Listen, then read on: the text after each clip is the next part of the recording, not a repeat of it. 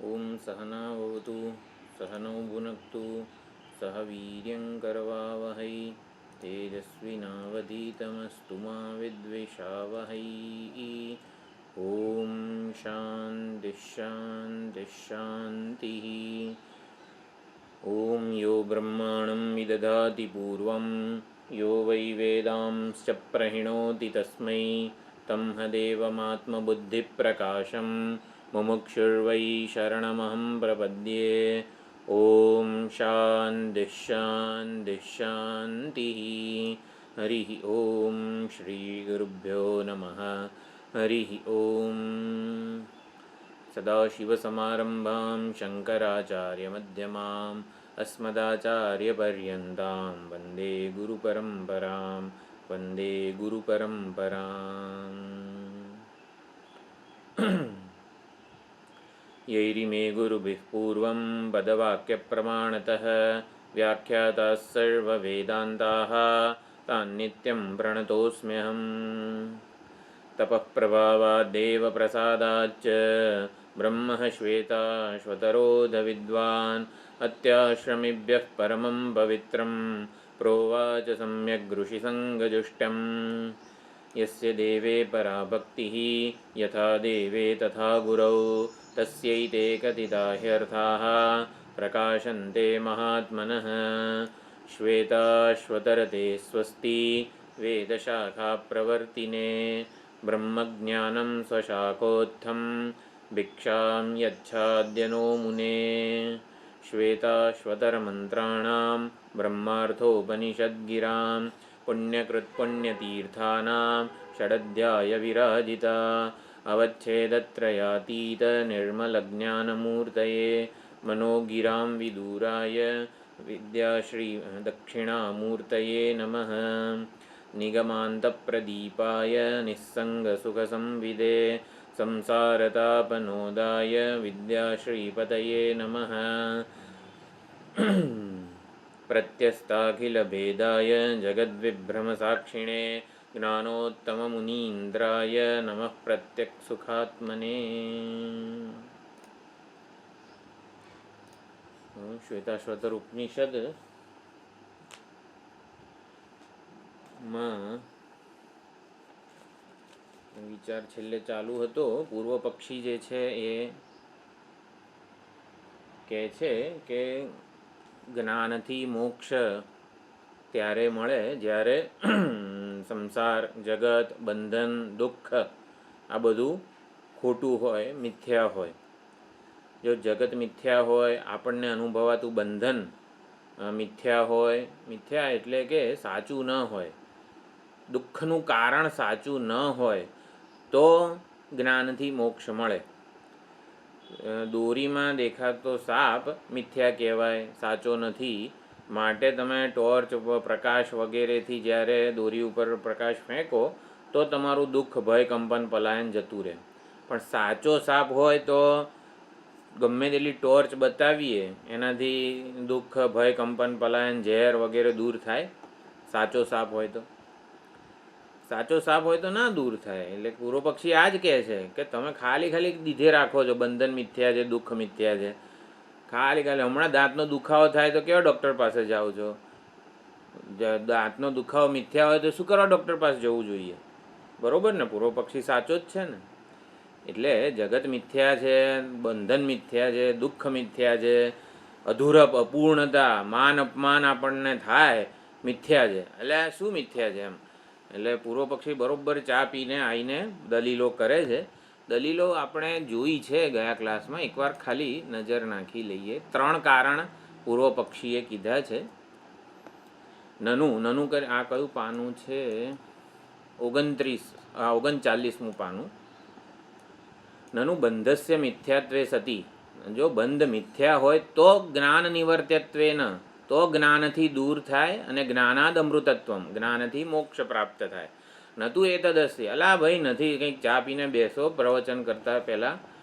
નતું એ તદસ્તિ પ્રતિપન્નત્વાત. સંસાર બંધન દુઃખ બધું પ્રતિપન્નત્વાત એટલે કે પ્રત્યક્ષ જણાય છે. સપનામાં કંઈ માન અપમાન થાય છે કે જાગ્રતમાં થાય છે એમ? એટલે કે પ્રતિપન્નત્વાદ બંને પક્ષે અનુભવાય છે, પ્રત્યક્ષ અનુભવ છે. બાધ અભાવાત જ્ઞાનીને જ્ઞાન થાય ને તો એ રોટલી જ ખાય છે, કાંકરા નથી ખાતો. એટલે કે જ્ઞાની માટે જગતનો બાધ નથી થઈ જતો, એ દરવાજામાંથી જ પસાર થાય છે, દિવાલમાંથી નથી થતો.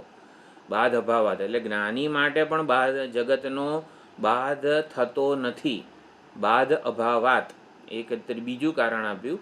અને યુષ્મદાદિ સ્વરૂપત્વે ન આત્મનઃ વિલક્ષણત્વે, તમે કહો કે આત્મા અનાત્માનો અધ્યાસ થયો છે, પણ આત્મા અને અનાત્મા, યુષ્મદ અને અસ્મદ, દ્રષ્ટા અને દૃશ્ય એકબીજાથી અત્યંત વિલક્ષણ છે.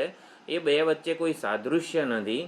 તો દોરીમાં સાપનો ભ્રમ કે અધ્યાસ થાય, દોરીમાં હાથીનો કંઈ થાય ના થાય. એટલે અધ્યાસ બધ્યાસ એટલે બંધન અધ્યાસની ઉપજ છે, દુઃખ અધ્યાસને લીધે છે, આત્માનાત્મ વિવેક અવિવેકને લીધે છે.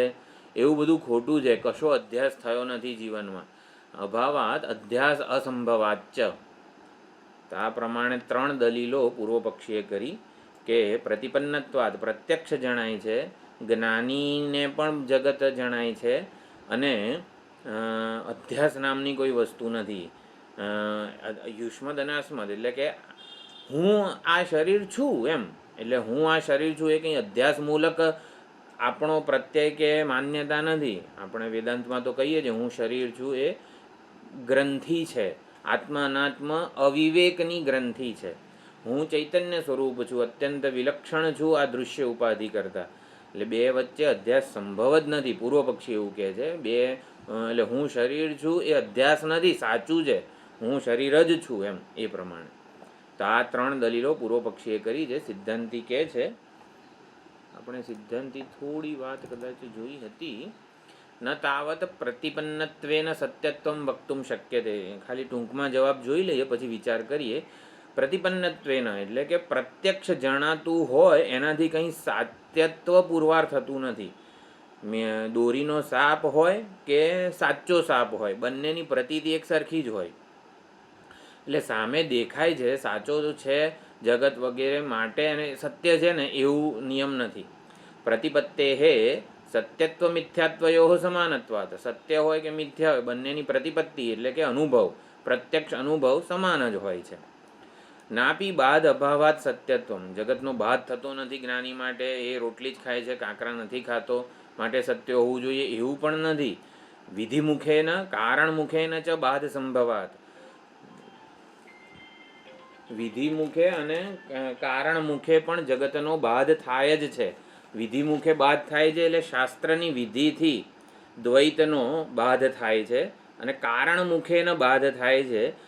જગતમાં કાર્યકારણ સંબંધની જે પરંપરા છે, બીજ વૃક્ષ કહો કે કોઈ પણ, આણે આમ કર્યું ને માટે મને આવું થયું. આપણે હંમેશા મને જે સુખ દુઃખ અનુભવાય છે એનું કારણ કોકને ને કોકને થોપી દઈએ છીએ ને, કે આ કારણ છે, ઉનાળો આવ્યો એટલે કારણ છે, પરસેવો થાય છે એટલે કારણ છે વગેરે.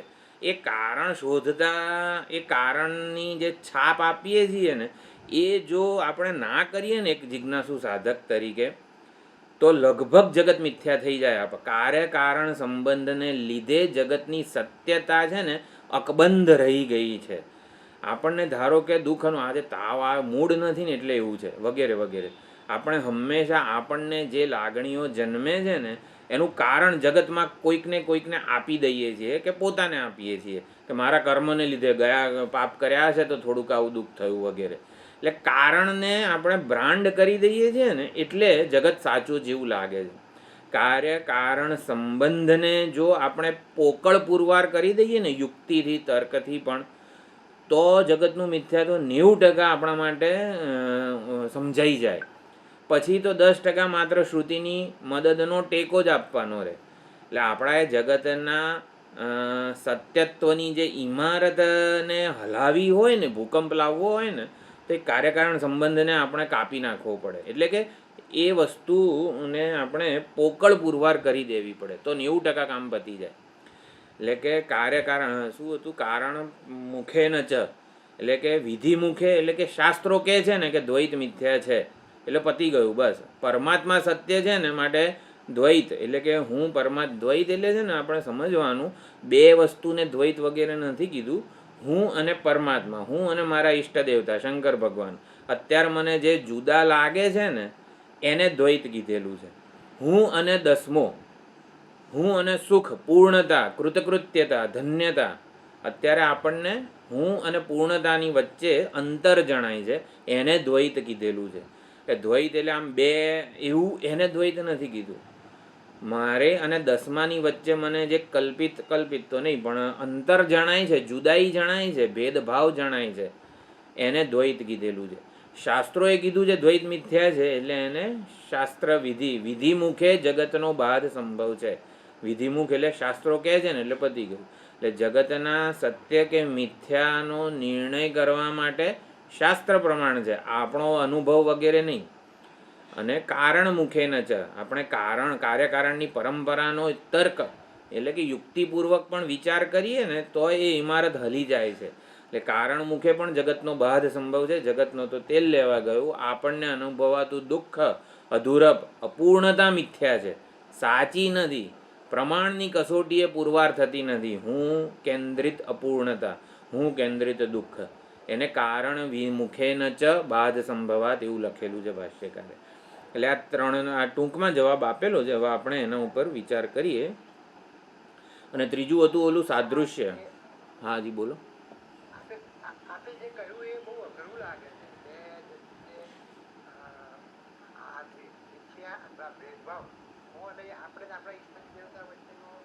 હા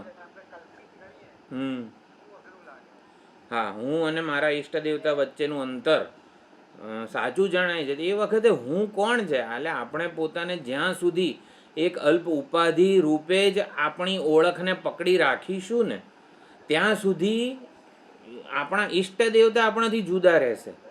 હકીકતમાં એ ઓળખને શું કહેવાય, એ ઓળખમાંથી કંઈક આપણને મળે છે, સલામતી વગેરે. એટલે મારી હું વિશેની ઓળખ માટે મને સંપૂર્ણ વૈરાગ્ય જન્મે, એના પ્રત્યે હું નિષ્પક્ષ થઈ શકું, ત્યારે આ જે ઈષ્ટ દેવતા છે એ પ્રસન્ન થાય કે પોતાનું હું પણ છોડવા તૈયાર છે ને, લાય તારા આત્મ સ્વરૂપે હું પ્રગટ થવું. એટલે હું દેહાભિમાન કહો કે વગેરે વગેરે ઉપાધિ કલ્પિત ઓળખને આપણે ભક્તો જે છે એ આવી રીતે છોડે છે ભક્તિપૂર્વક કે કેવળ પરમાત્માનો જ મહિમા છે આ ઉપાધિ વડે જે કંઈ પણ થઈ રહ્યું છે બધું. એટલે ઉપાધિ વડે કર્મો થાય અને કર્મનું ફળ મળે ત્યારે પણ આપણને આ પ્રમાણે જ કાર્યકારણ સંબંધ વગેરે સાચો લાગે છે. આપણા ઈષ્ટ દેવતામાં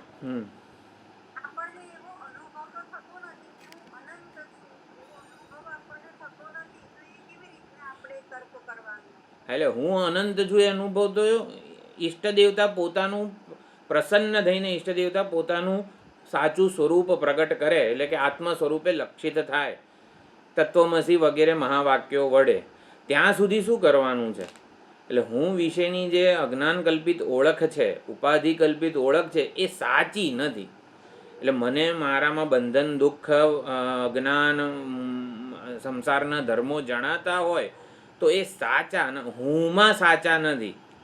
હુંમાં એટલે મને મારામાં અનુભવાતા એનું અધિકરણ જુદું છે, હું એનું અધિકરણ નથી. ભૂખ અને તરસનું અધિકરણ દૃશ્ય એવી ઉપાધિ છે, શરીર છે, એનાથી મારે મને માપવાની જરૂર નથી. ભૂખ લાગી છે પણ હું ભૂખ્યો નથી. તરસ લાગી છે પણ હું એટલે ઉપાધિ વગેરેના ધર્મોથી મારે મને બ્રાન્ડ કરવાની જરૂર નથી. ઈચ્છા થાય, ઉનાળો છે, આઈસ્ક્રીમ ખાવાની ઈચ્છા થાય, પણ એ ઈચ્છા શરીરની છે, મારી નથી. એમ આપણે હંમેશા જે લાગણીઓ જન્મે એની સાથે જોડાઈ જતા હોઈએ છીએ. મનનું મિથ્યાત્વ, મનને શું અમની ભાવ વગેરે જે કંઈ પણ કીધું છે એ બધું આ જ છે. મન આપણા માટે એક ઓબ્જેક્ટ તરીકે રહે. આપણે મન સાથે તાદાત્મ્ય થઈ જાય છે એટલે જ મન દુઃખ, માન, અપમાન બધાને સત્યતા આપે છે. ખાવાનું એનું વેદાંત ના નથી પાડતી, પણ હું ભૂખ્યો છું એ ભ્રાંતિ છે, એ અનુભવ નથી. વેદાંત ખાલી શું છે એ સમજાવે છે.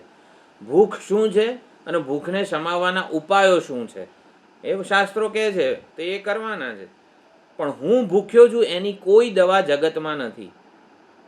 જગતમાં હું ભૂખ્યો છું એનો કોઈ ઉપાય પણ અવેલેબલ નથી. એટલે હું ભૂખ્યો છું એ ભ્રાંતિ છે, માન્યતા છે, લાગણી છે, અને એ આપણે વેદાંત શાસ્ત્રની મદદથી દૂર કરવાની છે. એટલે હું ભૂખ્યો છું એ માન્યતાને આપણે જતી કરવા તૈયાર હોઈએ તો જગત મિથ્યા કહેવાય. એમ જગત મિથ્યા સમજીને દાળ ભાત શાક રોટલી ખાવા બેસવાનું. એટલે કે વાત એ છે કે હું ભૂખ્યો નથી, ભૂખ છે પણ એ ભૂખ હુંમાં નથી, શરીરમાં વગેરે પ્રાણ વગેરેનો ધર્મ છે, મારો ધર્મ નથી. એમ એટલે હું ભૂખ્યા હુંને પણ હું ઉજાડું છું, તૃપ્ત થયેલા હુંને પણ હું ઉજાડું છું. જમ્યા પહેલાંનો હું જે હતો અને જમ્યા પછીનો હું તો બંનેને ઉજાડનાર જ છું. ચાલો આ વાત અલગ છે, વિચારના સ્તરે આપણે સમજી શકીએ.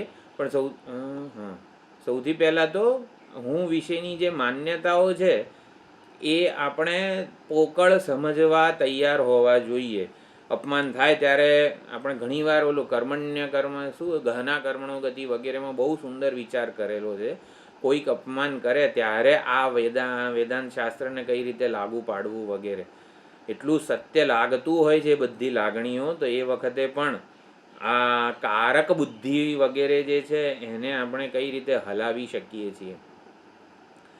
એટલે આ બધા પૂર્વ પક્ષીઓ જાણે કે ભાષ્યકારે અંદર મૂક્યા છે, પણ હકીકતમાં એ આપણું મન જ છે કે આપણા મનમાં આવું અનેક પ્રકારનું ગેરસમજને લીધે ચાલુ રહેલી માન્યતાઓ છે. આપણું જીવન માન્યતાઓના આધારે ચાલી રહ્યું છે.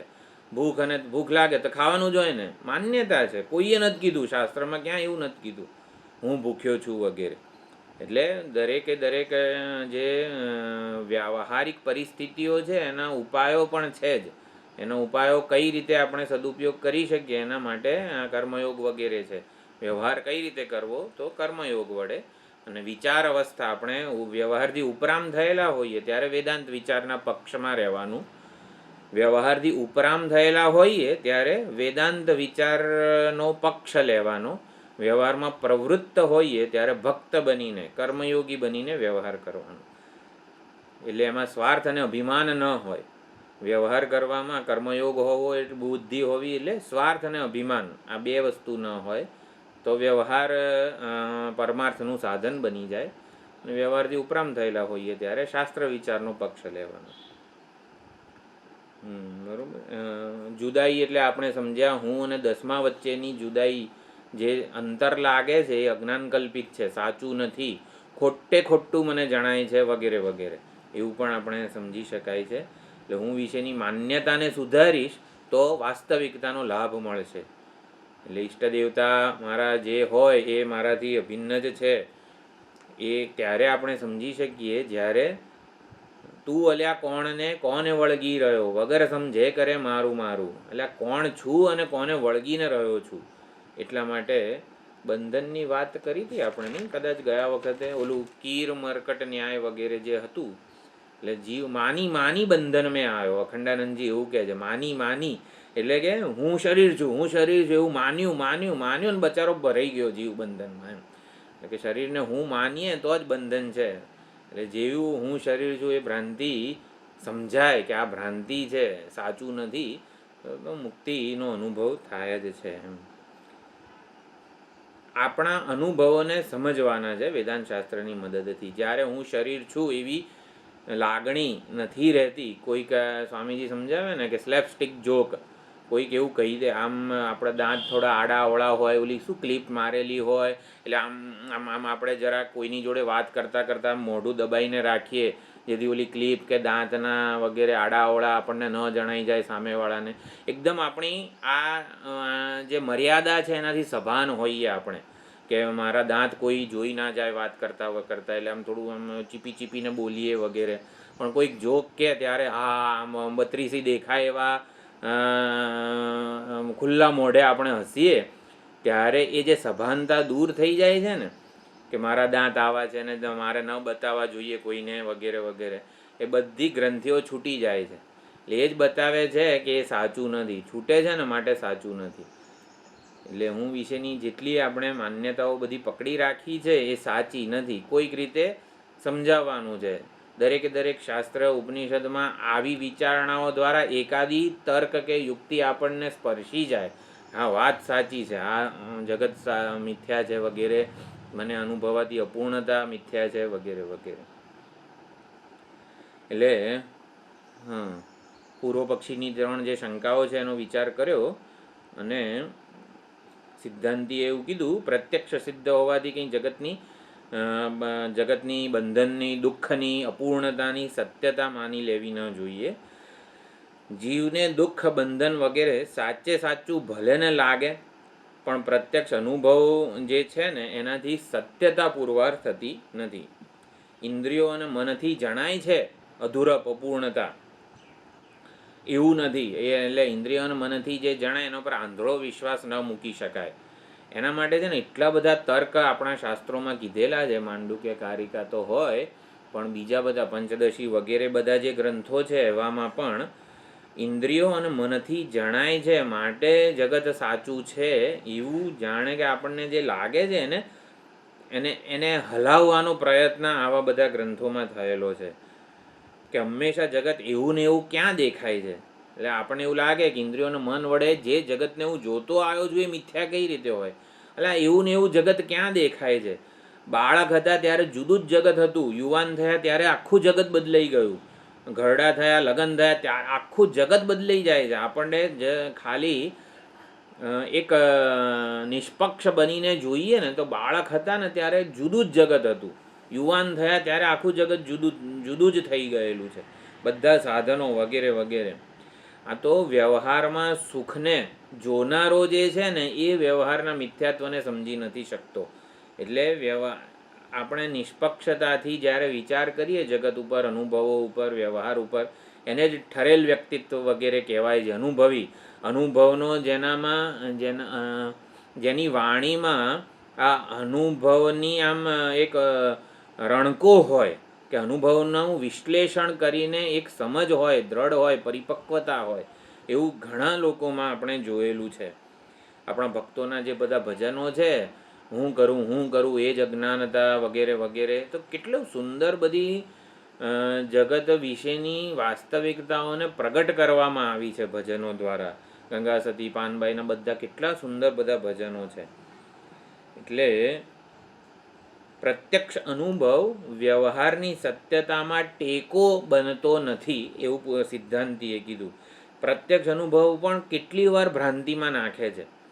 આપણે ટ્રેનમાં હોઈએ તો આમ પ્રત્યક્ષ આપણને ઓલા વૃક્ષો આમ જતા લાગે વગેરે, કેટલી એવા પ્રસંગો છે જેમાં આ આંખ જે છે ને એ ખોટું બતાવે આપણને.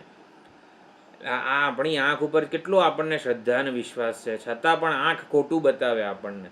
આપણે એ વખતનું ઉદાહરણ છે, કમળો થાય ત્યારે બધું પીળું પીળું દેખાય. શિબિરમાં બધા સફેદ વસ્ત્રો પહેરીને આવતા હોય, અચાનક કોઈકને થાય, અલા આજે બધા એ પીળા વસ્ત્રો કેમ પહેર્યા છે?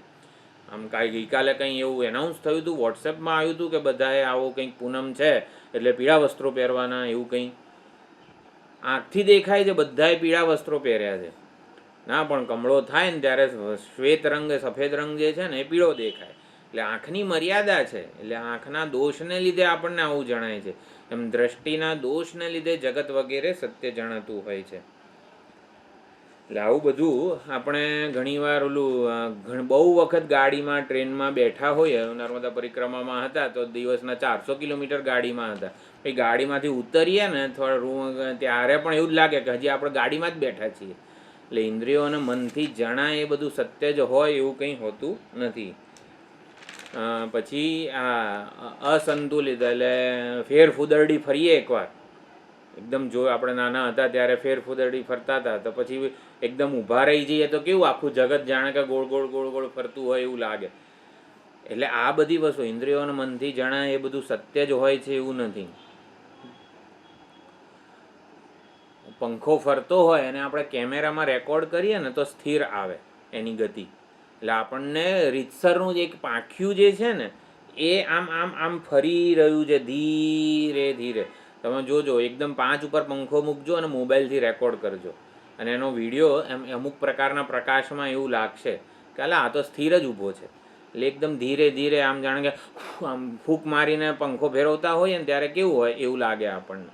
એટલે વાત એમ છે કે ઇન્દ્રિયોને મન જે જણાવે જે સત્ય જ છે ને એવું કંઈ નથી. ઇન્દ્રિયોને મન સાચું જણાવે ને એના કરતાં ખોટું વધારે જણાવે છે. વેદાંતિ એવું સિદ્ધાંતિ પૂર્વ પક્ષીને એવું કહે છે કે ઇન્દ્રિયોને મન જેટલું સાચું જણાવે છે ને વ્યવહારમાં એના કરતાં ખોટું વધારે જણાવે છે.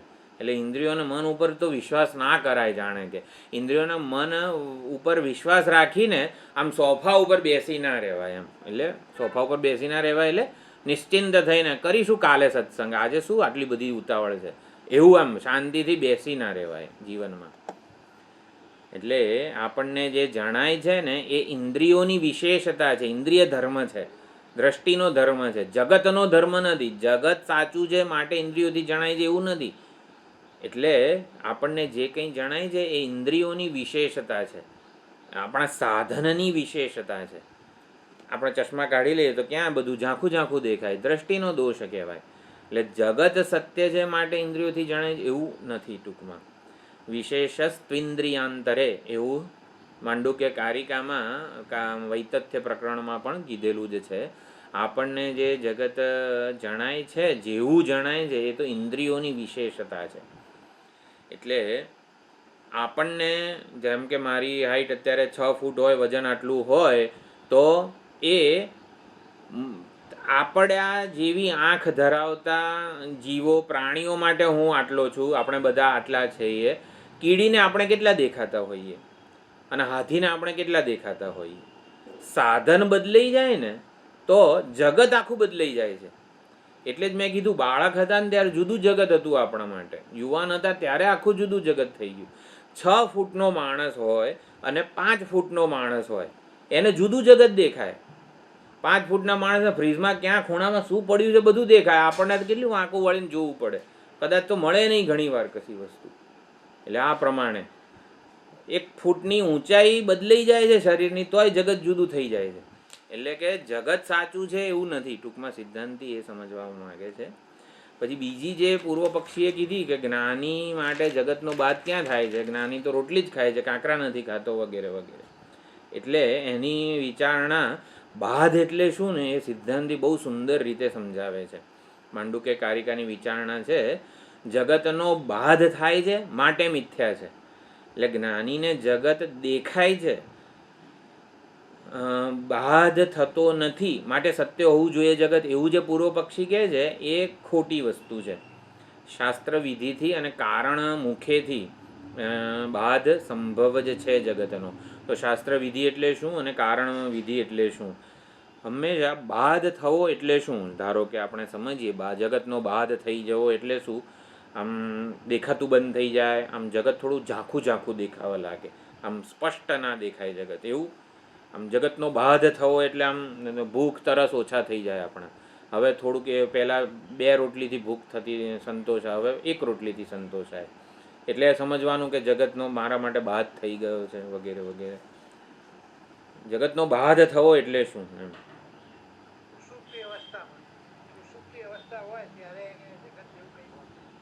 સુષુપ્તિ અવસ્થાનું તો આ તો પૂર્વ પક્ષીની દલીલ છે. એટલે દલીલ ઇન ધ સેન્સ કે સુષુપ્તિ અવસ્થામાં જગતની પ્રતીતિ નથી. એટલે ન પ્રતીતિ તયોર બાધ એવું પંચદશીકારે કીધું છે. ન અપ્રતીતિ, એટલે જગતની અપ્રતીતિ થવી, જગત ન જણાવવું એ કંઈ જગતનો બાધ નથી. એ તો સુષુપ્તિમાંય થાય જ છે એમ. એટલે જગતની અપ્રતીતિ થવી એવું નહીં. ના પ્રતીતિ તયોર બાધ કિંતુ મિથ્યાત્વ નિશ્ચય. તો મિથ્યાત્વ નિશ્ચયને બાધ કહેવામાં આવે છે. એટલે જગતનો બાધ થવો એટલે જગતનું મિથ્યાત્વ નિશ્ચય થવો. મિથ્યાત્વ નિશ્ચય થવો એટલે મૃગજળની મોટી નદી જણાતી હોય આપણને, છતાં પણ એ દેખાતી હોય, પ્રતીતિ ચાલુ હોય, આંખ વડે અનુભવાતી હોય મૃગજળની નદી, છતાં પણ એનાથી તરસ નહીં છીપાય. એટલે કે એનું પ્રયોજન સિદ્ધ નહીં કરે એમ. એટલે એને મિથ્યાત્વ નિશ્ચય કહેવાય. આપણને ઇન્દ્રિયો વગેરેથી પ્રત્યક્ષ જણાય છે મૃગજળની નદી, છતાં પણ એ સાચી નથી, એને મિથ્યાત્વ નિશ્ચય કહેવાય. એટલે પ્રતીતિ થવી કે ન થવી એને બાદ નથી કીધો, મિથ્યાત્વ નિશ્ચયને બાદ કીધેલો. હાજી બરોબર, બદલાઈ જાય, મિથ્યાત્વ નિશ્ચય છે. હા, એ વદ્વયમ જુદું રહેતું નથી આપણાથી. એટલે પ્રતીતિ હોવા છતાં બાધ છે. પ્રતીતિ ન હોય છતાં પણ મિથ્યાત્વ નિશ્ચય ના હોય ને તો બાધ થયો ન કહેવાય. એટલે સુષુપ્તિમાં જગતની પ્રતીતિ નથી છતાં પણ મિથ્યાત્વ નિશ્ચય નથી માટે જગતનો બાધ થયો નથી એમ કહું છું. એટલે મિથ્યાત્વ નિશ્ચય ના થયો હોય ને તો પ્રતીતિ હોય કે ના હોય જગતનો બાધ નથી થયો, જગત સાચું જ છે. એટલે કે વાક્યો થોડા અટપટા બની ગયા હોય તો સમજવાનું મિથ્યાત્વ નિશ્ચયને બાધ કીધેલો છે. મિથ્યાત્વ નિશ્ચયને પ્રતીતિ કે અપ્રતીતિ સાથે કોઈ સંબંધ નથી. એટલે બાધને મિથ્યાત્વ નિશ્ચય સાથે સંબંધ છે, પ્રતીતિ સાથે નથી. પ્રતીતિ અનુભવ વગેરે એમ. એટલે વેદાંત પરમ પ્રમાણ છે.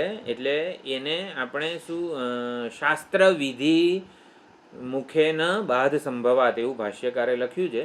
એટલે વેદાંત કહે છે ને દ્વૈત મિથ્યા છે, જગત મિથ્યા છે, બસ. એટલે શાસ્ત્ર પ્રમાણ છે આપણી પાસે. એટલે વેદાંત પ્રમાણથી જગતનો બાધ થાય છે. વેદાંત પ્રમાણથી જગતનો બાધ કોના માટે થાય? જે અધિકારી વિરક્ત હોય ને, વિરક્ત માટે વેદાંત પ્રમાણથી જગતનો બાધ થાય. વેદાંત પ્રમાણ બધા અજ્ઞાની અવિવેકી માટે જગત મિથ્યા છે. અલા કર્મો ના કરીશ, આ કર્મોથી સ્વર્ગ વર્ગ કશું મળવાનું નથી, એવું ઓલા અવિવેકીને કામી એ ઈચ્છાવાળાને નથી કહેતું વેદાંત. વેદાંત કહે છે જગત મિથ્યા છે. કોને કહે છે? ભાઈ કોના માટે જગત મિથ્યા છે? તમે બધા માટે આવું ના કહો. એટલે જગત મિથ્યા છે જે અધિકારી વિરક્ત છે. વૈરાગ્યવાનને વેદાંત કહે છે કે જગત મિથ્યા છે. જેને જગતમાં સુખ દેખાય છે, ઈચ્છાઓ પૂરી કરી છે, કરવા છે, કર્મોનો ઉપાસનાઓ કરવા દ્વારા ઉપાધિને ઉત્કૃષ્ટ બનાવવી છે, એને કંઈ વેદાંત નથી કહેતું જગત મિથ્યા છે. એટલે શાસ્ત્ર વિધિથી જગતનો બાધ સંભવ છે. કોના માટે? વિરક્ત જિજ્ઞાસુ શુદ્ધ ચિત્ત થયું છે એનું, એના માટે. એટલે વેદાંત વાક્યોથી અધિકારી વિરક્ત માટે જગતનો બાધ થાય છે. અને કારણ અભિમુખ થવાથી, કારણ મુખે ન ચ, શું શબ્દ છે? કારણ મુખે ન ચ. તો આપણે વિચાર કર્યો ઓલો કાર્યકારણ પરંપરા, કાર્યકારણ ભાવ આપણને સાચો લાગે છે ને માટે જગતનું મિથ્યાત્વ છે. કાર્યકારણ ભાવને આપણે પોકળ સમજી લઈએ ને તો 90% કામ પતી જાય. કાર્યકારણ ભાવને પોકળ સમજવા માટે જ માંડુક્યનું વૈતથ્ય પ્રકરણ છે. એટલે કાર્યકારણ ભાવ આપણે જો ઉચ્છેદ ઉડાડી દઈએ ને તો જગતની સત્ય આમ કકડભૂસ થઈ જાય. આખું ભૂકંપમાં જેમ મકાન બેસી જાય ને એવી રીતે જગતની સત્યતાનો, અનુભવનો, વ્યવહારની સત્યતાનો જે આપણે આમ એક પ્રકારનું ઠોસ લાગે છે, આણે આવું કીધું માટે મને દુઃખ થયું, આને હું જગતની સત્યતા કહું છું, એણે આમ ના કર્યું હોત ને તો આવું ના થયું હોત. એટલે કાર્ય અને કારણ, કર્મ અને કર્મના ફળ વચ્ચેનો સંબંધ કેટલો ઠોસ લાગે છે ને. હું કર્મ કરું તો કર્મને અનુરૂપ પ્રારબ્ધ પ્રમાણે ફળ મળે જ ને. આપણે પ્રારબ્ધ એટલે સમષ્ટિ પ્રારબ્ધ. આપણે કર્મ કરીએ તો સમષ્ટિ પ્રારબ્ધ પ્રમાણે ફળ મળે જ ને. જો માંડુક્ય કારિકા કઈ હદે કર્મ અને કર્મફળ વચ્ચેનો સંબંધ ઉચ્છેદ કરે છે, સંબંધનો, કે પરમાત્માએ ચૈતન્યના સંકલ્પપૂર્વક જ આ બધું થાય છે. એટલે પરમાત્માએ કર્મનો સંકલ્પ કર્યો અને પછી પરમાત્માએ બીજનો સંકલ્પ કર્યો અને પછી વૃક્ષનો સંકલ્પ કર્યો. બીજમાંથી વૃક્ષ બન્યું છે ને એવું છે જ નહીં. સત્ય સંકલ્પ પરમાત્મા છે. ભૂલથી એમણે પહેલાં બીજનો સંકલ્પ કર્યો અને પછી વૃક્ષનો સંકલ્પ કર્યો માટે આપણને એવું લાગે છે કે બીજમાંથી વૃક્ષ જન્મ્યું. હકીકતમાં એવું છે જ નહીં. આ હદે માંડુક્ય કારિકા છે. એટલે વસ્તુ સમજાવવા એ માગું છું કે કર્મ અને કર્મફળ, કાર્ય અને કારણ વચ્ચેનો સંબંધ માંડુક્ય કારિકા જેવા ગ્રંથો કઈ ઊંચાઈએ એનો ઉચ્છેદ ઉડાડે છે એમ. એટલે એના માટે કેટલું અધિકારીત્વ આપણને જોઈએ કે આને સમજી શકીએ. સૌથી પહેલાં કાર્ય અને કારણનો સંબંધ ઉચ્છેદ ઉડાડે છે માંડુક્ય કારિકા. એ તો જ્યારે ભણીશું ત્યારે જોઈશું. અત્યારે કારણ મુખેના બાદ સંભવાત એવું જે કીધેલું છે. એટલે કારણ મુખેના બાદ, કારણનો વિચાર કરો. કારણમાં કાર્યની કોઈક આ શું કહેવાય અસ્તિત્વ છે કે નહીં. કેટલા મિનિટ છે? 4. હા, સુવર્ણમાં વીંટી બુટ્ટી કંદો કંદોરો ચૂની વગેરે છે કે નહીં, કારણમાં કાર્યનો ભાવ છે કે નહીં એ તમે જુઓ.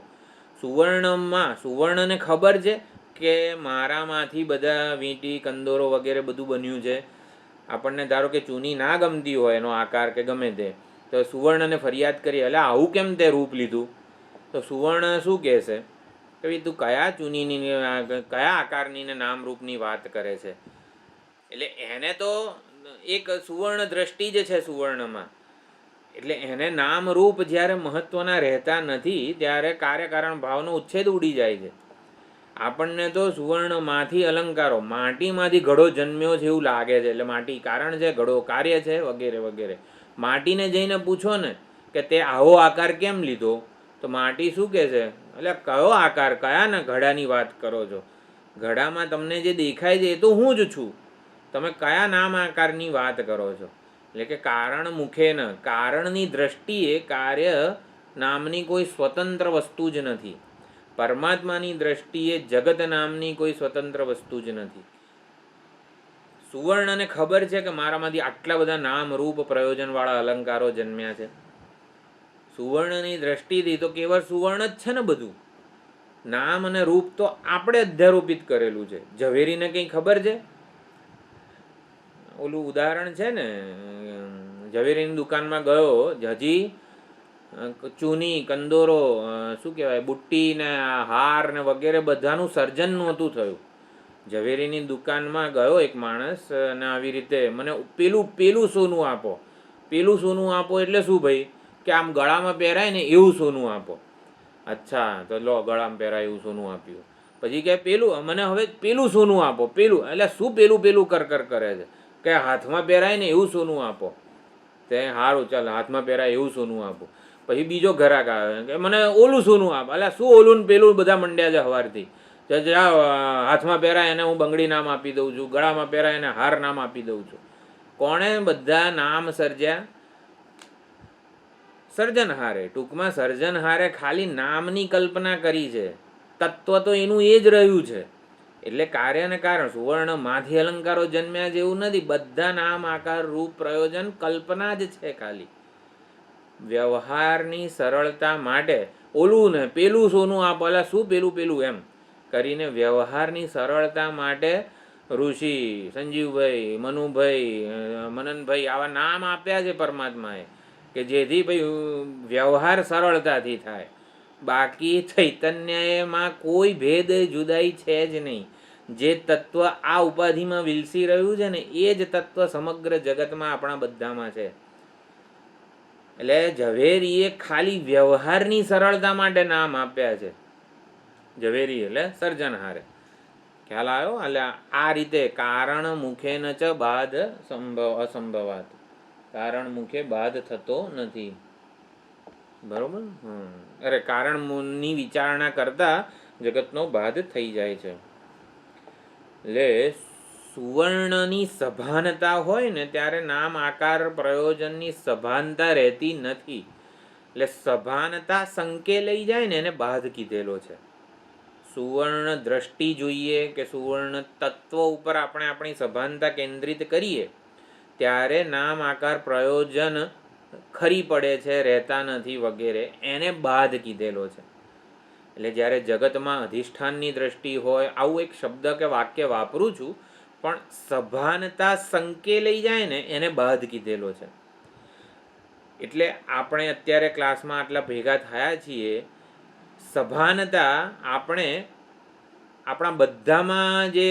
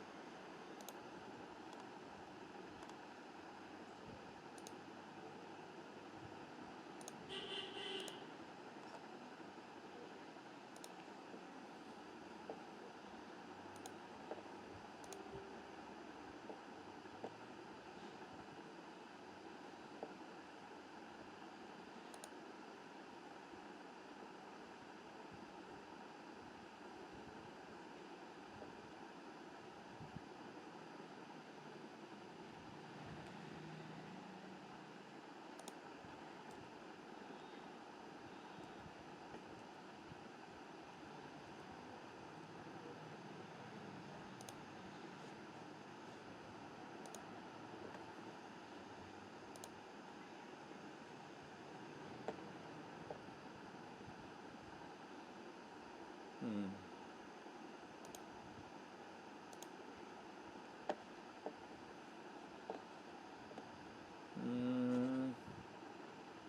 આવ્યું બરોબર. એટલે શું હતું, સભાનતા. સભાનતા ન હોય એને બાદ કીધેલો છે.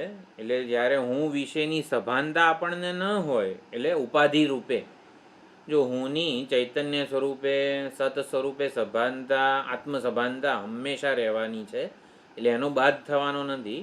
પણ હું વિશેની ઉપાધિ કલ્પિત જે કંઈ ઓળખ છે, હું શરીર છું, ભૂખ્યો તરસ્યો છું વગેરે, ઉપાધિ કલ્પિત બધા ધર્મો કર્મો વગેરે માંથી સભાનતાને સંકેલી શકાય છે, માટે એ મિથ્યા છે. હું વિશેની ઉપાધિ કલ્પિત બધી ઓળખમાંથી આપણે સભાનતાને સંકેલી શકીએ છીએ, માટે એ બધી ઓળખ મિથ્યા છે. બરોબર. એટલે બાદ થવો એટલે શું? સભાનતા સંકેલી શકાય એના વિશેની તો બાદ. સુવર્ણને જોઈએ, અલંકારોને, નામ શું, બુટ્ટી ચૂની કંદોરો હાર વગેરે, ત્યારે સુવર્ણ દ્રષ્ટિ જે છે ને, એટલે એનો બાદ નથી થતો. પરંતુ નામ આકાર રૂપ કે બધું સુવર્ણ છે વગેરે કરીને નામ આકાર પ્રયોજનમાંથી આપણે આપણી દ્રષ્ટિને સંકેલી શકીએ છીએ, માટે એ નામ આકાર પ્રયોજન મિથ્યા છે. એટલે કારણ મુખ્યને બાદ સંભવાત જે કીધેલું છે એમાં આટલી વિચારણા થઈ કે જગતનું, એટલે આપણે જગત મિથ્યા છે વગેરે સમજવું હોય તો જગતનો બાદ થાય છે, માટે મિથ્યા છે. તો જગતનો બાદ કઈ રીતે થાય છે કે જગતમાં આપણે દૃશ્ય પ્રપંચ છે, નામ રૂપ વગેરે છે, તો એનું અંતિમ સત્ય શું છે, અંતિમ કારણ શું છે, આમ શોધવા જઈએ. જેમ કે વૈજ્ઞાનિકો ગેલેક્સી, આકાશગંગા વગેરે જે છે, અંતરિક્ષનો છેડો શોધવાનો પ્રયત્ન કરે છે, અને અણુ, પરમાણુ, ઇલેક્ટ્રોન, પ્રોટોન, ન્યુટ્રોન, બોઝોન વગેરે, ટૂંકમાં ગોડ પાર્ટિકલ સુધી સૂક્ષ્મમાં સૂક્ષ્મ છેડા તરફ જવાનો પ્રયત્ન કરે છે, વિશાળમાં વિશાળ છેડામાં જવાનો પ્રયત્ન કરે છે. એમ એટલે કે જગતમાં નામ રૂપમાં રહીને, નામ રૂપનો આધાર લઈને એ આવી રીતે નામ રૂપના કારણને શોધવાનો પ્રયત્ન કરે છે. સુવર્ણમાં આ બુટ્ટી, બંગડી, કંદોરો વગેરે આવ્યા ક્યાંથી એ શોધવાનો વૈજ્ઞાનિકો પ્રયત્ન કરે છે. બરોબર. સુવર્ણમાંથી જન્મ્યા છે, ચાલો શોધી કાઢીએ ક્યાંથી આવ્યા, ક્યારે આવ્યા, કેમ આવ્યા. સુવર્ણમાં બુટ્ટી, બુંગડી, ચૂની, કંદોરો, હાર કઈ રીતે આવ્યા? વૈજ્ઞાનિકો પ્રાયોગિક સાધનોથી પ્રયોગો કરીને શોધવાનો પ્રયત્ન કરે છે. એટલે એ લોકોને ક્યારે મળશે બુટ્ટી, બંગડી વગેરેનું કારણ? સુવર્ણમાં બુટ્ટી, બંગડી, ચૂની, હાર, કંદોરો કઈ રીતે આવ્યા એનું વૈજ્ઞાનિકો શોધી રહ્યા છે કારણ.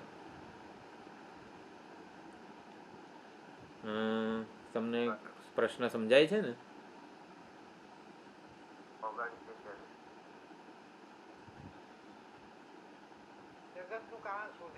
જગતનું કારણ શોધી. જગત એટલે અત્યારે એમને જે જણાય છે, નામ રૂપ વગેરે, પંચમહાભૂત જણાય છે વગેરે વગેરે, જે કંઈ પણ છે એનું કારણ જ હોય. હા, બોલો. પોતાની તરફ દ્રષ્ટિ કરે કે હું કોણ છું, શોધનાર કોણ છે, એ તરફ દ્રષ્ટિ કરવી પડે, અંતર્મુખ થવું પડે, ત્યારે ખબર પડે કે આ બધું ખોટું છે, હું જે શોધી રહ્યો છું.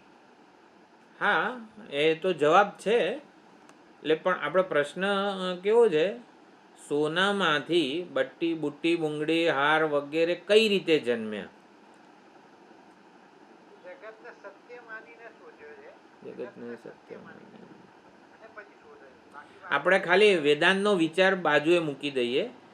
વેદાંતનો વિચાર, વેદાંત અત્યારે વચ્ચે નથી લાવવું. આપણે પૂછીએ સુવર્ણને કે તારામાંથી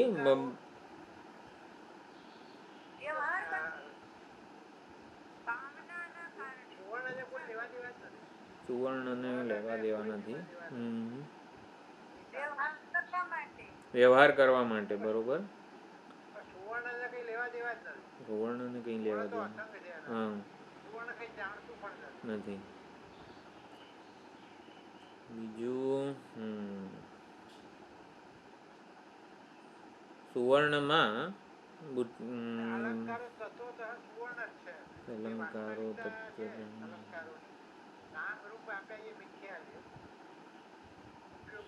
નામરૂપ મિથ્યા છે એટલે જ શું એ સમજાવવાનો પ્રયત્ન હું કરું છું અત્યારે. સુવર્ણમાં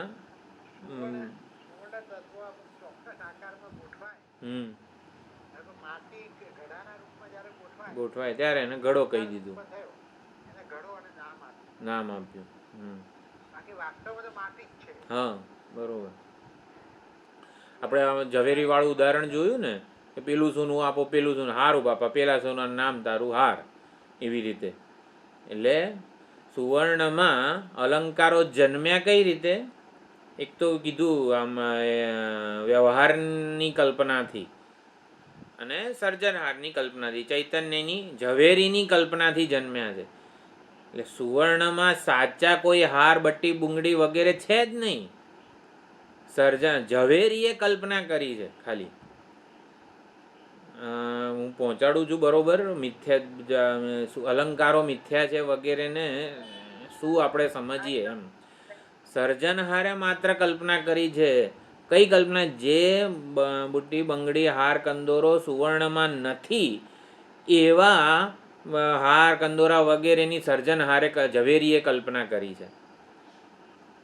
ઉપાદાનમાં જે નથી, ચૈતન્ય સ્વરૂપ પરમાત્મામાં જે હકીકતે નથી એવા જગતની જીવોની કલ્પના પરમાત્માએ કરેલી છે વ્યવહાર કરવા માટે. અનેક રસ લેવાને શિવ થકી જીવ થયો. વસ્તુ એ જ સમજાવવા માંગુ છું કે સભાનતા જે છે ને. હા શું કહો છો? હાજી.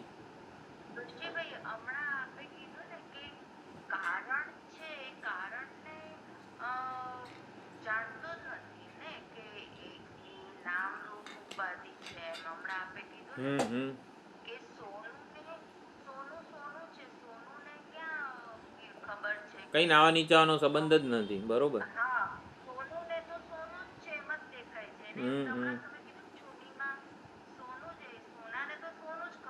હા બરોબર.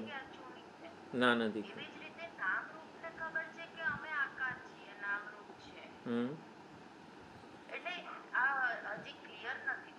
નામરૂપને નથી ખબર. કલ્પક જે સર્જનહાર છે, કલ્પના કરનારો, એને જ ખબર છે ખાલી કે આને. સોનાને નથી ખબર, ઝવેરીને ખબર છે. હા નિમિત્ત. હાજી હાજી. એટલે દ્રષ્ટાંતમાં ઝવેરી અને સોનું બે જુદા છે. દાષ્ટાંત જે છે ને એમાં બંને એક જ છે. ચૈતન્ય સ્વરૂપ પરમાત્મા જ ઉપાદાન છે. અને થોડી વાર પછી કરું, ક્લાસ ચાલે છે. ચૈતન્ય સ્વરૂપ પરમાત્મા જ ઉપાદાન છે અને કલ્પના કરનારો પણ એ જ છે.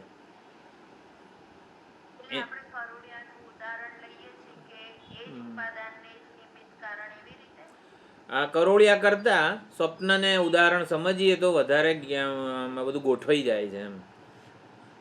સ્વપ્નનો જે દ્રષ્ટા છે એ જ સમગ્ર સ્વપ્ન જગતની કલ્પના કરે છે.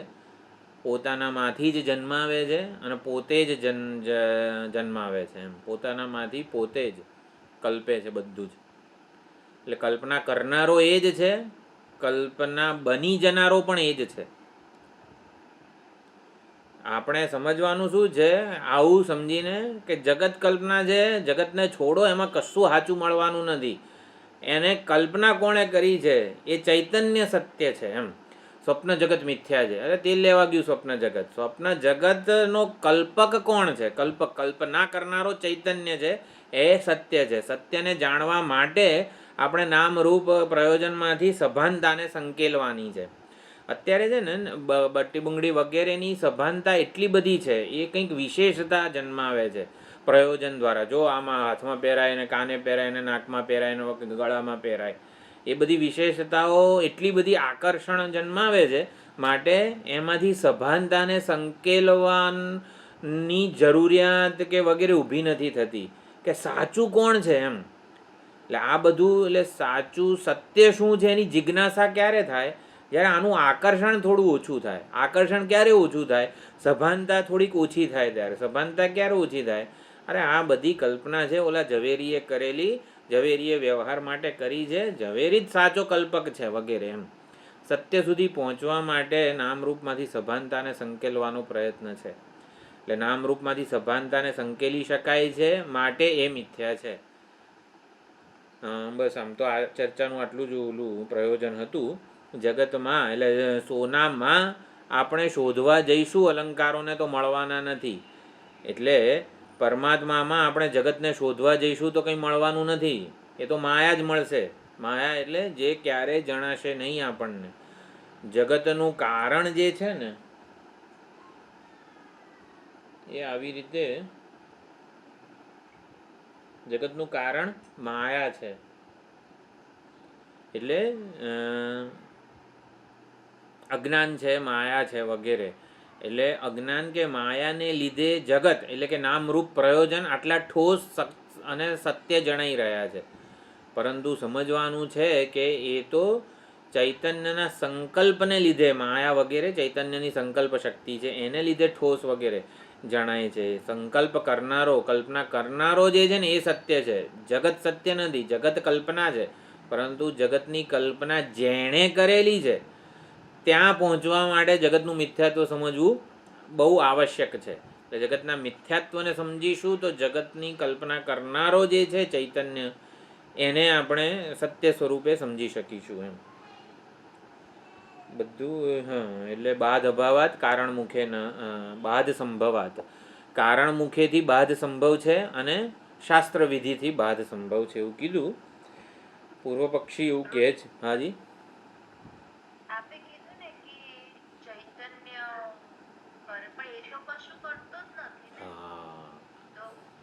એટલે પહેલાં છે ને જગતના મિથ્યાત્વને સમજવા માટે જગત કલ્પના છે એવું સમજવાનું. જગત કલ્પના છે તો પહેલો જ પ્રશ્ન થાય કોણે કલ્પના કરી? એટલે એમ કરીને ચૈતન્ય સ્વરૂપ પરમાત્માએ કલ્પના કરી. ત્યાં સુધી પહોંચવાનું. જેવું ત્યાં સુધી પહોંચીએ કે ચૈતન્ય સ્વરૂપ પરમાત્માએ કલ્પના કરી છે જગતની, એટલા માટે જગત આટલું ઠોસ સત્ય વગેરે જણાય છે. એટલે આ ચૈતન્યનો વિચાર કરીએ. ચલો વેદાંત શાસ્ત્ર શું કહે છે ચૈતન્ય વિશે? એ તો અકર્તા, અભોક્તા, નિષ્ક્રિય, નિષ્કર્મ્ય વગેરે છે. એ તો કંઈ કરતો નથી, માટે એના સિવાય બીજું કંઈ સત્ય નથી. આવી રીતે ક્રમિક વિચારણા આગળ વધે છે. જે કંઈ છે એ સત્ય ચૈતન્ય સ્વરૂપ પરમાત્મા જ છે. એના સિવાય મને બીજું કંઈ જે કંઈ જણાતું હોય ને એ મિથ્યા છે, નથી ને ખોટે ખોટું જણાય છે એમ.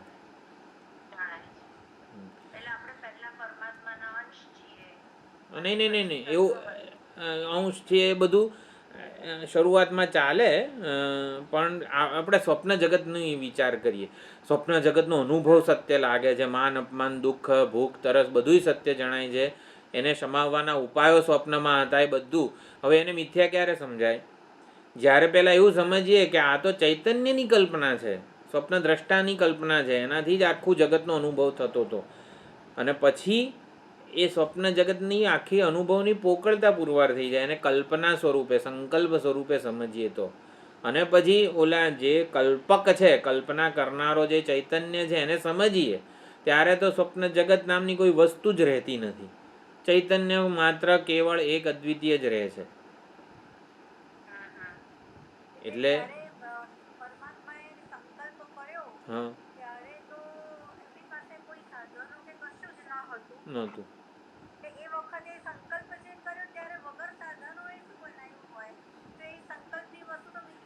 હા બસ આ જ સમજવાનું. અત્યારે આપણે એવું જો બહુ સુંદર ચર્ચા થઈ તો આમે બહુ સુંદર વગેરે સુંદર દિવસ છે, ચલો લાડુનો પ્રસાદ આપીએ બધાને. તો લાડુનો પ્રસાદ હા બહુ ગમે વગેરે વગેરે. પછી કે કઈ રીતે મળે લાડુનો પ્રસાદ? તો કે તમે ઉપાદાન શું છે લાડુમાં? ઉપાદાન ઘઉં, ગોળ, ઘી વગેરે છે લાડુનું ઉપાદાન? કે ના ના એ તો સંકલ્પપૂર્વકનો લાડુ છે અને એ પ્રસાદમાં આપવાનો છે બધાને. તો સંકલ્પપૂર્વકનો લાડુ ખાવાનો હોય તો પછી કઈ રીતે ખવાય? સંકલ્પપૂર્વક જ ખવાય એમ. એટલે કે સંકલ્પપૂર્વક જ વ્યવહાર થાય છે બધો. કોઈ સાચે સાચો આપણે લાડુ ખાતા જ નથી જાગ્રતમાં પણ. સંકલ્પપૂર્વક જ વ્યવહાર થાય છે. હું શરીર છું એવો સંકલ્પ કરીએ ને એટલે પછી લાડુ સાચો લાગે આપણને. બાકી સંકલ્પપૂર્વક સ્વપ્નમાં જેવો વ્યવહાર થાય છે ને સંકલ્પથી, એવો જ વ્યવહાર જાગ્રતમાં પણ થાય છે. એટલે વ્યવહાર સાચો નથી, વ્યવહારનો સંકલ્પ કરનારો સાચો છે, એમ એવું સમજવાનું છે. આપણી સભાનતા ને વ્યવહારમાંથી વ્યવહારનો સંકલ્પ કરનારો જે છે હું, એ હું સત્ય છે. એ જે કલ્પના કરશે ને એ સાચી લાગશે. હું ચૈતન્ય સ્વરૂપ એવી કલ્પના કરીશ કે હું ઋષિ છું અને હું આ શરીર છું, તો પછી જગત, ઋષિનું જગત સત્ય થઈ જશે. એટલે એક હું શરીર છું એ કલ્પના કોણે કરી છે એને જોવાનો છે, શરીરને જોવાનું નથી વગેરે. એટલે આપણે કલ્પના કે કલ્પનાપૂર્વક જણાતા અનુભવો કે જગતમાંથી આપણી દ્રષ્ટિને કલ્પના કરનારો છે કોણ એના તરફ લઈ જવાની છે. આટલી સુંદર કલ્પના કોણે કરી કે જેથી આટલું સત્ય ઠોસ લાગે છે? એમ સત્ય ઠોસ લાગે છે જગત માટે, જગતમાં રમમાણ કરવાનું નથી, પરંતુ કોણે આટલી ઠોસ કલ્પના કરી છે એમ કે જેથી આટલું સુંદર અને સત્ય લાગે છે, એને સમજવા માટે જગતનો ઉપયોગ કરવાનો છે. કે જગત કોણે બનાવ્યું, કોણે સંકલ્પ કરીને આટલું સુંદર વગેરે કરેલું છે. એવી રીતે જગતનો ઉપયોગ કરીને જગતના કલ્પક સુધી પહોંચવાનું છે.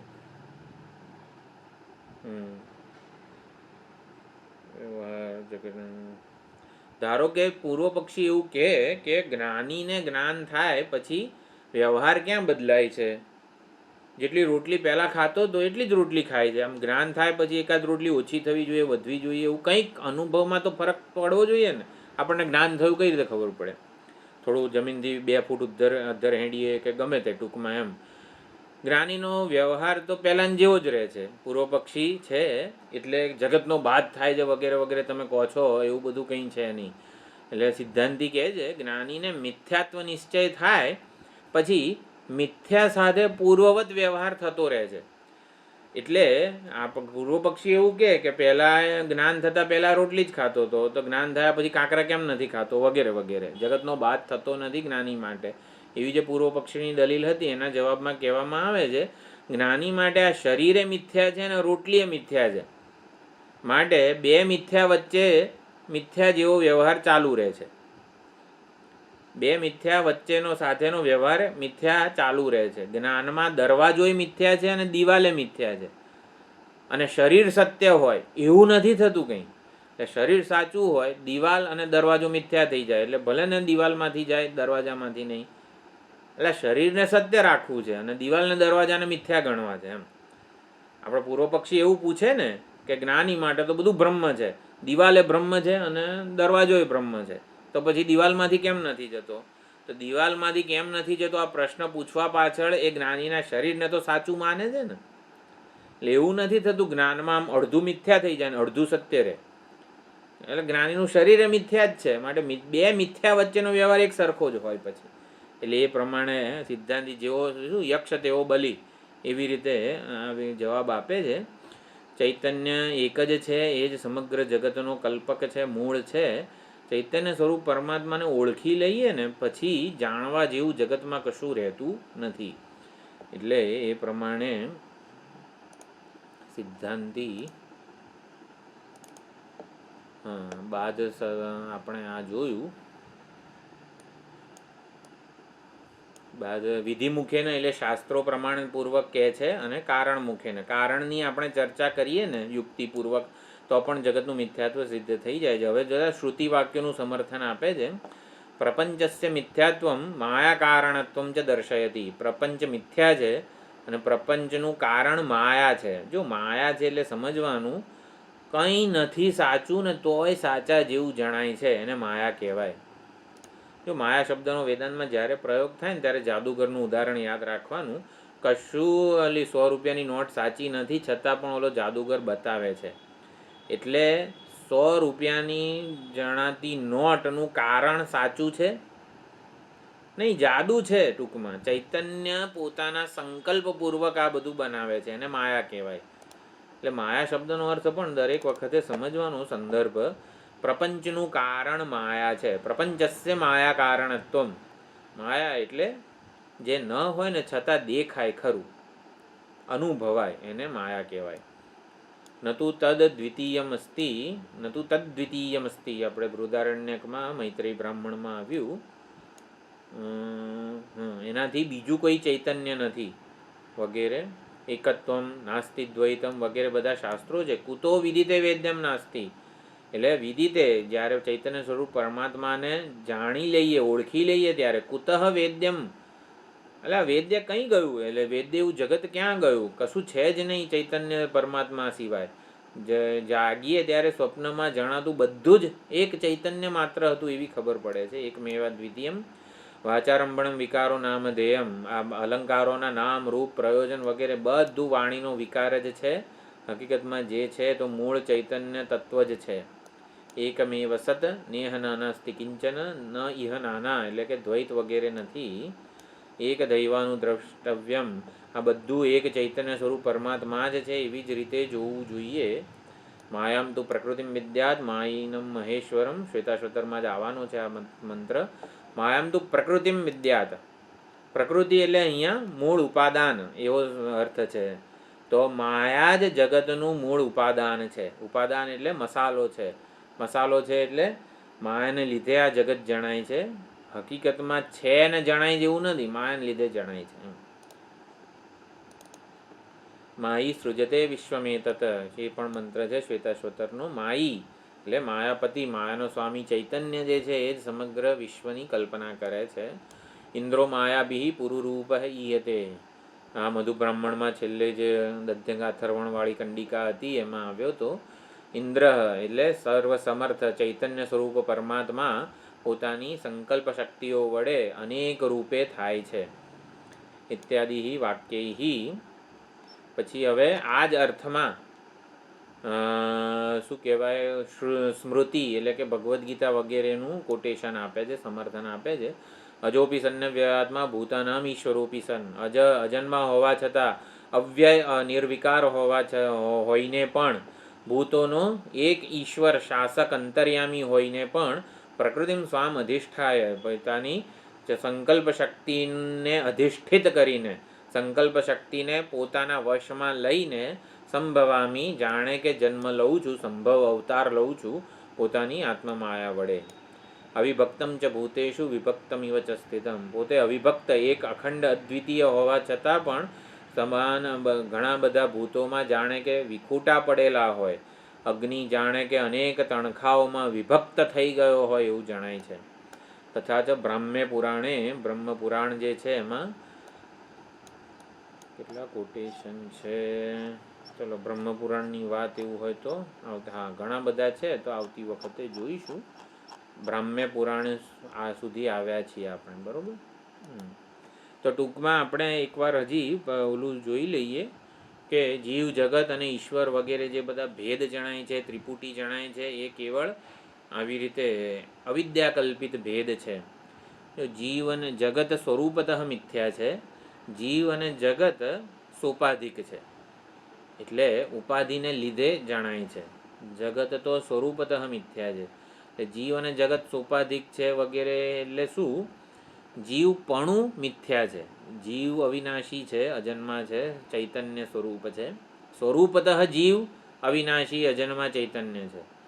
જીવપણું જે આપણને જણાય છે, જીવમાં કર્તૃત્વ, ભોક્તૃત્વ, રાગ, દ્વેષ વગેરે, એ જીવપણું, ભૂખ્યો હું, તરસ્યો હું વગેરે, એને જીવપણું કહેવાય. સંસાર ધર્મોથી આક્રાંત હું જણાવું એને જીવપણું કહેવાય. એ પણું મિથ્યા છે. હું ભૂખ્યો છું મિથ્યા છે એવું નહીં. ભૂખ્યો જે છે ને એ મિથ્યા છે, હું સત્ય છે, સત્ય ચૈતન્ય છે. એટલે જીવ મિથ્યા છે એવું નથી કહેતા. જીવત્વ કે જીવપણું મિથ્યા છે. નહીં, જીવ જગત નહીં, માત્ર જગત સ્વરૂપતઃ મિથ્યા છે. જીવ અને ઈશ્વર સોપાધિક છે. એટલે જીવપણું અને ઈશ્વરપણું, આ પણું મિથ્યા છે. એટલે ઈશ્વરમાં ચૈતન્ય સિવાયનું જે કંઈ પણ જણાય છે, સર્જનહાર, પાલનહાર વગેરે વગેરે, એ પણું કહેવાય. એટલે આપણે ઊંઘી જઈએ, હા સોપાધિક, હા ઔપાધિક, ઉપાધિને લીધે જણાય છે, એનું પોતાનું નથી વાસ્તવિક. સર્જનહારપણું, પાલનહારપણું, કર્માધ્યક્ષપણું, કર્મફળ દાતાપણું, એ તો માયા ઉપાધિને લીધે જણાય છે. ઈશ્વર તો અજન્મ અવિનાશી સત્ય જ છે, ચૈતન્ય જ છે એમ. બેસી જાય એ રીતે. હા, ઉપાધિ ભેદનો. હા, ઉપાધિ ભેદ એ જે કંઈ પણ જણાતું હોય ધર્મો સાચા નથી. અજ્ઞાન કલ્પિત માયાની ઉપાધિ છે, બરોબર. એટલે જીવપણું અને ઈશ્વરપણું, આ પણું કહેવાય જીવત્વ, ઈશ્વરત્વ, ત્વ પણ લગાડી શકાય સંસ્કૃતમાં એ રીતે. એટલે બધું જીવત્વ, કર્તૃત્વ, ભોક્તૃત્વ વગેરે વાચારંભણ માત્ર છે. એટલે હું કરતા ભોગતા છું એવું જ્યારે કહીએ ત્યારે કર્તૃત્વ ભોક્તૃત્વ અવિદ્યા કલ્પિત છે, માયાનું કાર્ય છે, સાચું નથી છતાં જણાય છે, ખાલી જણાય છે. એમ સ્ફટિકમાં લાલ રંગ જણાય ને એવી રીતે જણાય છે.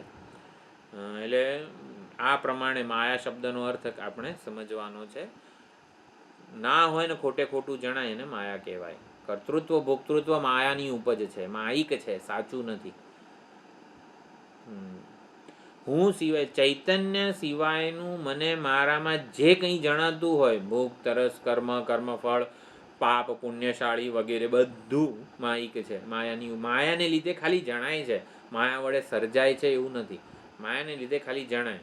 જેમ કે સ્ફટિક હોય તો લાલ રંગની ઉપાધિ, પુષ્પ હોય તો લાલ જણાય ખાલી, કંઈ લાલ સ્ફટિક જન્મતો નથી. એવી રીતે આ બધું ઉપાધિ ભેદે જણાય છે મારામાં, હકીકતમાં નથી. હું ચૈતન્ય સ્વરૂપ જ છું. આ રીતે આપણે સ્થિત થઈ શકીએ છીએ. જગતનો બાદ વગેરે પૂર્વ પક્ષીઓએ જે દલીલ કરી છે એના સમર્થનમાં બ્રહ્મપુરાણ વગેરે જે છે એના કોટેશન થોડા આવે છે. પણ હવે જ્યારે મળીશું બુધવારે, બરોબર ને, બુધવારે થશે 9, 10, 11 તારીખ છે. તો ગ્રુપમાં મૂકીશ એ પ્રમાણે. ઓમ પૂર્ણમદ પૂર્ણમિદમ પૂર્ણાત પૂર્ણમુદચ્યતે પૂર્ણસ્ય પૂર્ણમાદાય પૂર્ણમેવાવશિષ્યતે. ઓમ શાંતિ શાંતિ શાંતિ. હરિ ઓમ. શ્રી ગુરુભ્યો નમઃ. હરિ ઓમ.